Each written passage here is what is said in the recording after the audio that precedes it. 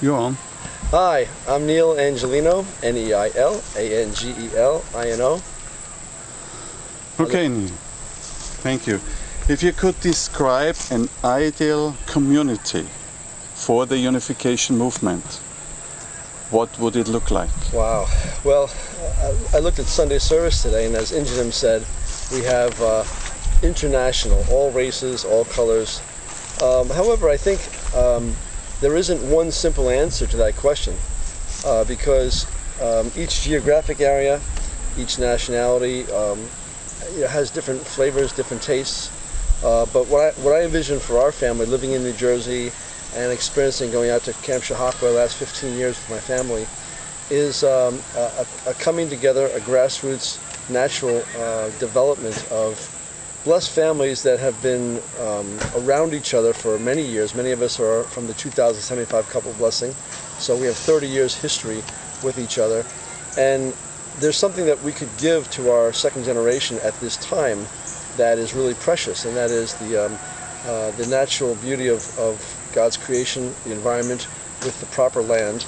And the second generation have so many pursuits, whether it's in the arts, the music, film, development, or it's in the sports entertainment area, or it's in the engineering and development of natural resources.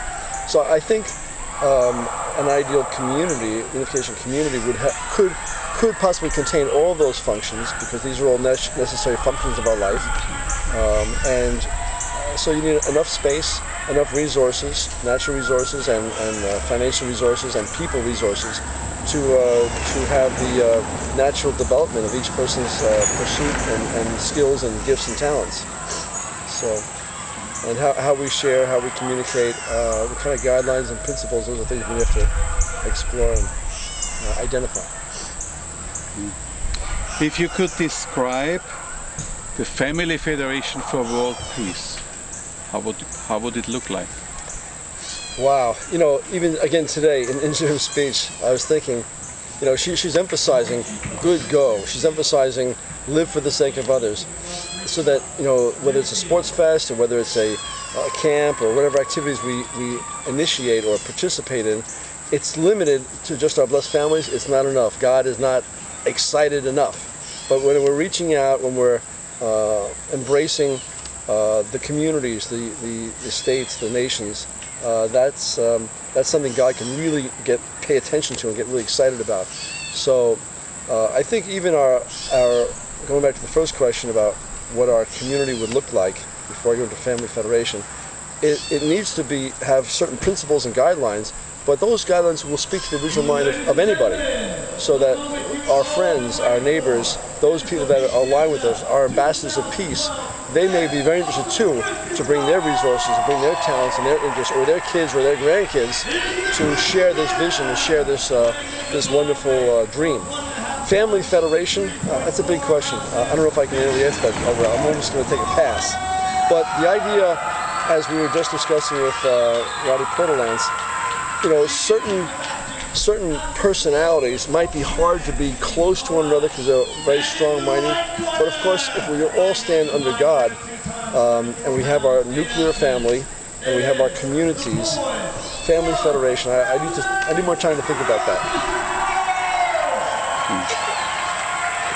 Now, if you were liberated from bills and responsibilities, praise the Lord, how would you live? What would you do that makes you happy? I thought about that. When I joined the church, I was interested in doing some carpentry and some gardening and just seeing people live together. Of course, a group of us joined the church together, and still many are blessed families now.